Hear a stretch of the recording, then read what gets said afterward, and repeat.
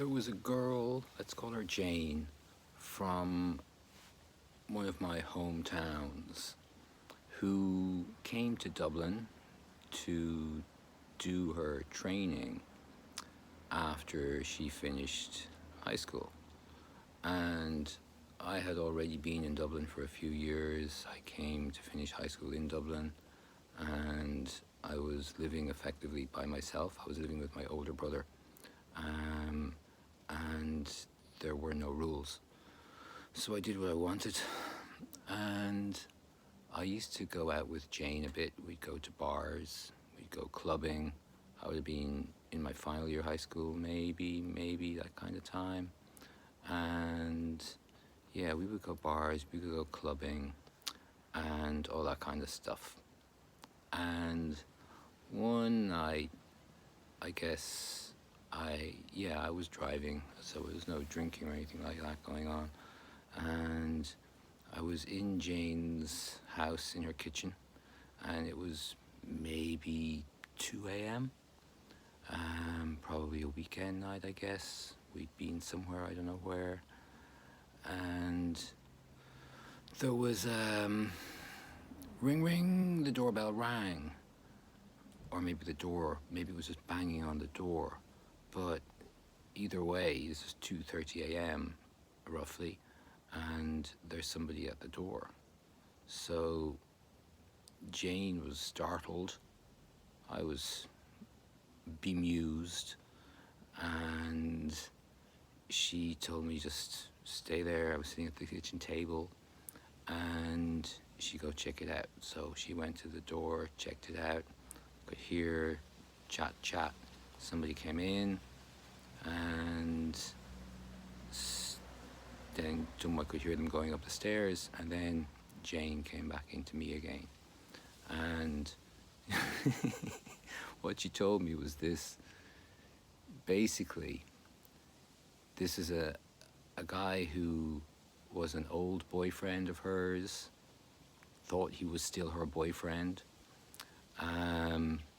He had just gotten off a boat that had arrived from Wales, England, I'm not sure.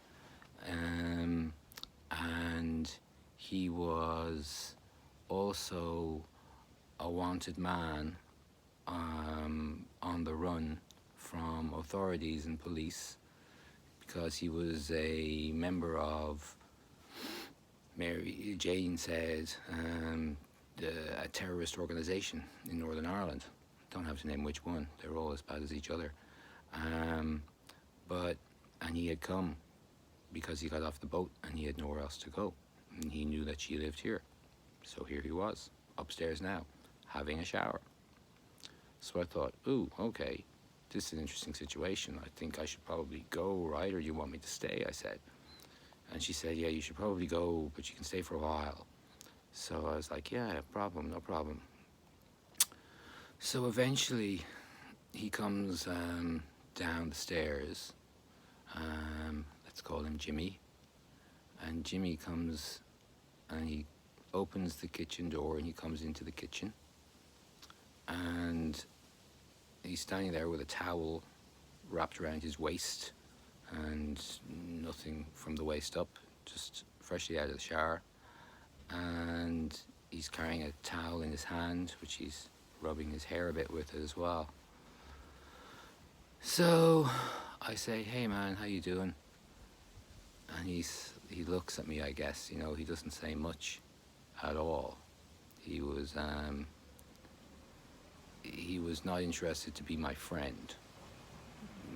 Who was I? I was nobody to this guy. I was just some dude between him and his girl. So, however happy Jane was that I was there that evening, this dude, Jimmy, was not. And I said to him then, will I make you a cup of tea? And he said, nothing. And then he still has the towel in his hand, rubbing it on his hair, And then he puts the towel down on the table like this. Big noise inside that towel. That wasn't just a towel. So I ascertained that by the sound, that was not the sound of what he had, that it was indeed a firearm, a gun of some kind, a pistol, I can only imagine. I never saw it, but I know it was there.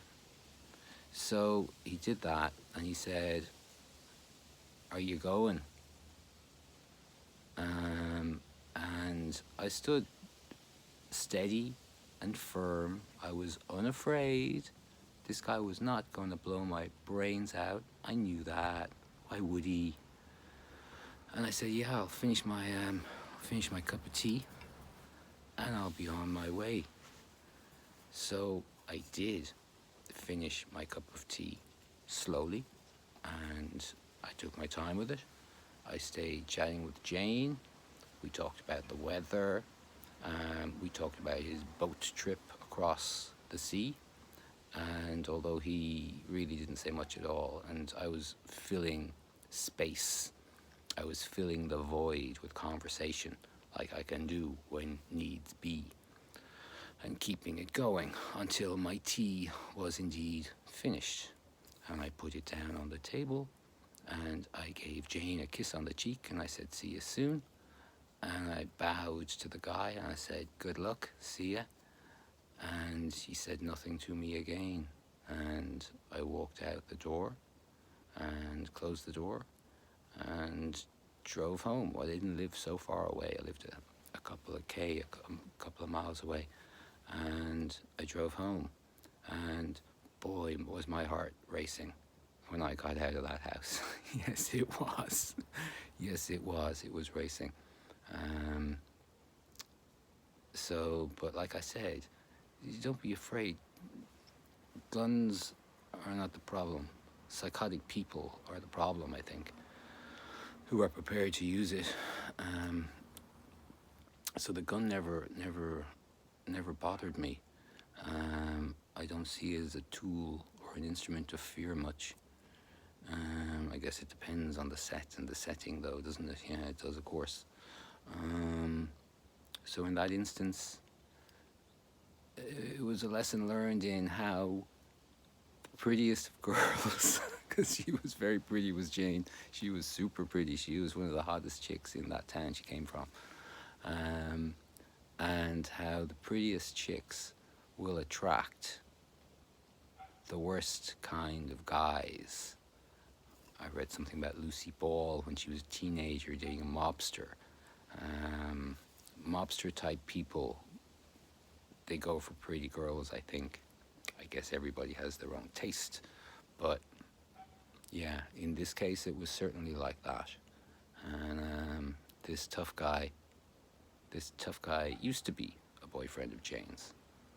She said not for a long time, but you know the way guys sometimes have something in their head and they can imagine that there's a relationship with the girl, which actually does not exist at all. I was never unrealistic about that. I've had most of my best friends have been girls throughout my life. Not lovers, girlfriends. Yeah, so that was that. Thankfully, those days of terrorists actively being out there are almost gone, except for a few remaining crazies. So that's a good thing.